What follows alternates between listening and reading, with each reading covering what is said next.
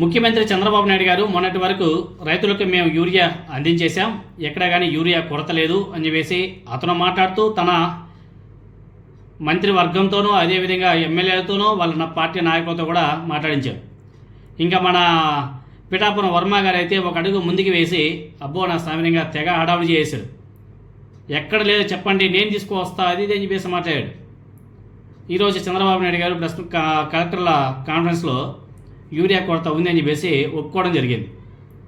చంద్రబాబు నాయుడు గారు ఇంకా మాట్లాడాడు, యూరియా వాడితే అధిక దిగుబడి వస్తుంది అనేది కరెక్ట్ కాదు, యూరియా వాడకం తగ్గించుకోవాలి, ఎక్కువగా వాడకం అంటే యూరియా ఎక్కువగా వాడడం వల్ల క్యాన్సర్ వచ్చే అవకాశాలు కూడా ఉన్నాయి, దీనికి పంజాబ్ రాష్ట్రాన్ని కూడా మీరు స్టడీ చేసుకోవాలి, ఏపీ క్యాన్సర్లో టాప్ 5లో ఉంది, ఇలానే కొనసాగితే అంటే యూరియా వాడకం ఇలానే కొనసాగితే ఆంధ్రప్రదేశ్ ప్రథమ స్థానంలోకి వెళ్ళిపోతాం, యూరియా ఎంతవరకు అవసరమో అంతవరకే వాడాలి అని చెప్పేసి చంద్రబాబు నాయుడు గారు కలెక్టర్ల కాన్ఫరెన్స్లో మాట్లాడడం కూడా జరిగింది. నిన్నటి వరకు యూరియా సమస్య లేదు లేదు లేదు లేదు అని చెప్పేసి మాట్లాడారు. దాని మీద తప్పుడు ప్రచారం చేస్తే జైల్లో పెడతాం, కేసులు పెడతామని చెప్పేసి మాట్లాడారు. వీళ్ళే మాట్లాడారు. ఈరోజు మీటింగ్ పెట్టి సమస్య ఉంది అని చెప్పేసి మాట్లాడుతున్నారు. యూరియా సమస్య గురించి మాట్లాడుతున్నారు కలెక్టర్ల సమావేశంలో. చంద్రబాబు నాయుడు గారు మాట్లాడుతూ మనం మేనేజ్ చేయలేకపోతున్నాం, యూరియా సమస్య వచ్చినప్పుడు ప్రాపర్గా ప్లాన్ చేయాలి, ఏ రైతుకు ఎంత ఇవ్వాలో అంతే యూరియా ఇవ్వాలి, ఒక గింజ కూడా ఎక్కువగా ఇవ్వకూడదు, డిస్ట్రిబ్యూట్ చేస్తే ఇష్యూ రాదు, నేను చెప్పాను కానీ మీరే అధికారులు ఫాలో అవ్వలేదు అని చెప్పేసి యూరియా సమస్యను కలెక్టర్ల మీదకి నెట్టేశాడు సీఎం చంద్రబాబు నాయుడు గారు. బాబు గారికి బాగా అలవాటే కదా. ఇలా ఈరోజు మొత్తం కలెక్టర్ల సమావేశం మాత్రం బీభత్సంగా మామూలుగా చంద్రబాబు నాయుడు గారు మాత్రం భలే యూటర్న్ తీసుకున్నాడు. యూరియా పంపిణీ విషయంలో అయినా బుడమేరు వరద విషయంలో అయినా అధికారులని చంద్రబాబు నాయుడు గారు తప్పు పడుతున్నాడు. ఆనాడు అధికారులదే తప్పు అని చెప్పాడు, ఇప్పుడు అధికారులదే తప్పు అని చెప్పేసి మాట్లాడుతున్నాడు. జగన్మోహన్ రెడ్డి గారి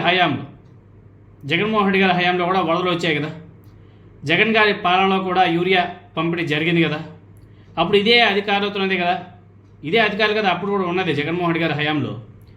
ఇప్పుడు ఇదే అధికారులతో రాని సమస్యలు అప్పుడు జగన్మోహన్ రెడ్డి గారి హయాంలో ఇదే అధికారులతో రాని సమస్యలు ఇప్పుడే ఎందుకు వస్తున్నాయి అంటే తప్పు అధికారులది ఎలా అవుతుందో ఒకసారి బాబు గారి ఒకసారి ఆలోచన చేసుకోవాలి.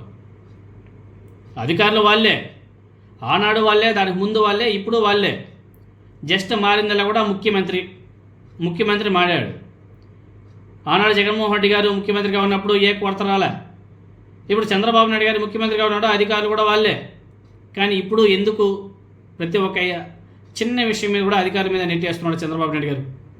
అంటే ముఖ్యమంత్రి స్థానంలో ఉన్నటువంటి వ్యక్తి నిర్ణయాలు సరిగా తీసుకోలేకపోతున్నాడు అన్న క్లారిటీ చాలా స్పష్టంగా అర్థమవుతుంది. ఇప్పుడు తప్పు అధికారులదే అన్నట్టు మాట్లాడడం ముఖ్యమంత్రి గారి తప్పును కప్పిపుచ్చుకోవడానికి అనేసి ప్రజలకు అందరూ కూడా అర్థమైపోయింది. ముఖ్యంగా రైతులకు తెలియదంటారా ఎవరిది తప్పు ఏంది కథ అనేసి. ఎందుకంటే ఆనాడు అదే రైతులు, ఈనాడు కూడా అదే రైతులు కదా, రైతులు అయితే మార్పు అయితే రాలేదు కదా. ఇంకో మాట్లాడాడు చంద్రబాబు నాయుడు గారు, చాలా ఓపెన్గా మాట్లాడాడు. 1500 కోట్ల యూరియా సబ్సిడీ కోసమే ఈ యూరియా కొరత అనేది మొదటి నుండి చెప్తూనే ఉన్నా, యూరియా బస్తా వాడిన రైతుకు 800 రూపాయలు ప్రోత్సాహం అంట, సీఎం ప్రణామ్ కింద ప్రభుత్వానికి ఇచ్చే సబ్సిడీ రైతులకే ఇస్తామని చెప్తున్నారు. నిన్నటిదాకా ఎందుకు చెప్పలేదు చంద్రబాబు నాయుడు గారు? యూరియా కొరత మొదటి రోజే చెప్పారు కదా, అందరూ కూడా మాట్లాడారు కదా. 4 లక్షల టన్నుల యూరియా వాడకం తగ్గిస్తే 1500 కోట్ల ప్రోత్సాహం ఇస్తామని చెప్పేసి కేంద్రం చెప్తే ఆ డబ్బుల కోసం ఆశపడి యూరియా వాడకం తగ్గింపునకు చంద్రబాబు నాయుడు గారి ప్రభుత్వం ఆమోదించింది. అదే నేటి యూరియా కొరతకు మొట్టమొదటి బీజం అని చెప్పేసి అందరూ కూడా మాట్లాడుకుంటున్నారు. ఆ డబ్బులే నేడు 800 రూపాయల ప్రోత్సాహం అంటున్నాడు చంద్రబాబు నాయుడు గారు.